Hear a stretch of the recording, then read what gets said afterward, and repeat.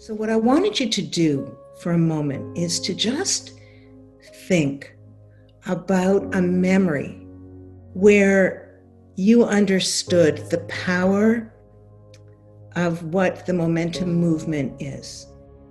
Well, I can share a little bit. It was so interesting because when I experienced my first momentum trip in 2011, it moved me so much inside that when I came home, I couldn't let go of that feeling. In quarantine, these groups have been just craving that connection, and it has helped us get through a lot of challenging times. Some of us had family members with COVID. One of our sisters did, and her husband.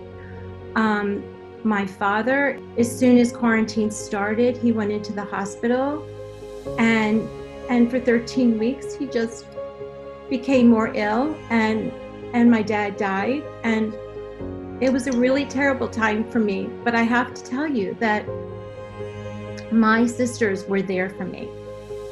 I'm so sorry to hear about the loss of your beloved father. May his memory be a blessing. Sarah? Yes, my love.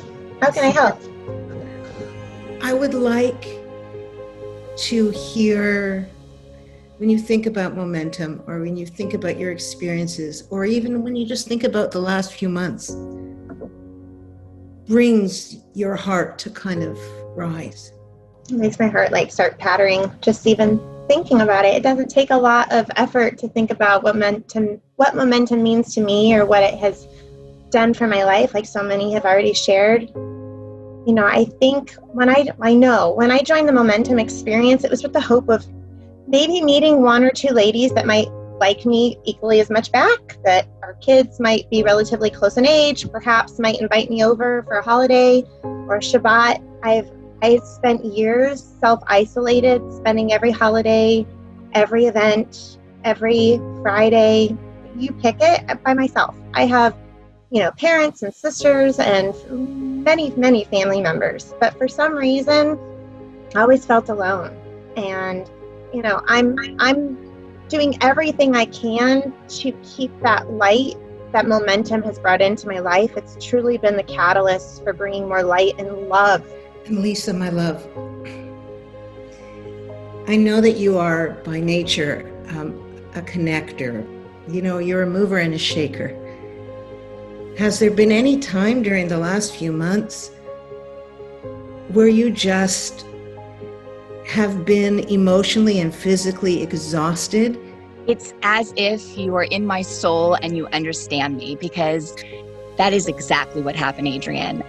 The pressure was on me so much running a foundation. I think the expectation was, what is Lisa Cotermer going to do? And I was stuck. I was in my head. I was scared every single day. And my board of directors would say, Lisa, you got to announce something. We've got to create something. And I finally took the time, Adrienne, for me. And within a couple months, I was ready. I was ready to go back in the community and created amazing projects, but I first needed to take care of me. And that's something that Momentum taught us.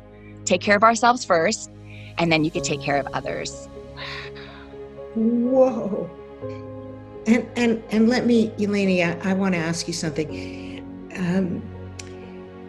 As a woman who has had a history of breast cancer, during your journey, your cancer journey, what kind of things brought you comfort?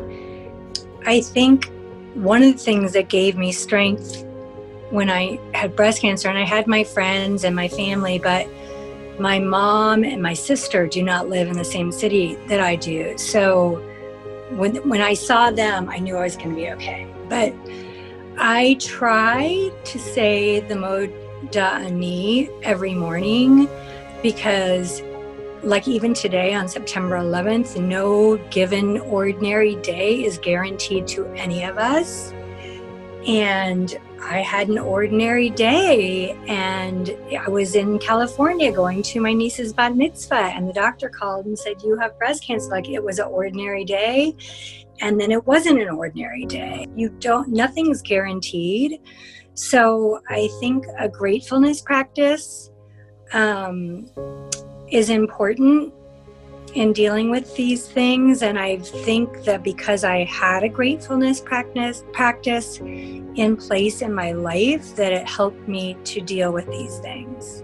I wonder about something as an Israeli American. During COVID, things were in serious lockdown early on in Israel. How did it feel for you to have family overseas? Can I talk about others, please? I want to hear your heart. So, that my mom passed away. It was very all of a sudden, without any preparation. She was okay, and at the night they took her to the hospital. She didn't feel good. They thought it's a panic attack, and then she died in the hospital. 5 days later, and in her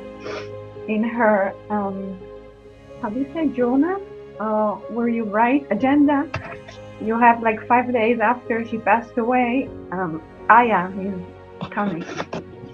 So I didn't get to say goodbye. I mean, I could. My arms are around all. But this is who we are. This is what it is to be a woman. So Brene Brown, really blew open the idea that vulnerability is the ultimate strength. Hashem arranged this for us because you look at these 6 beautiful faces and you don't have a clue. You don't have a clue what people are struggling with. I love you all so much. Thank you so much for giving me this hour of your time. I feel like I was given the biggest gift of all.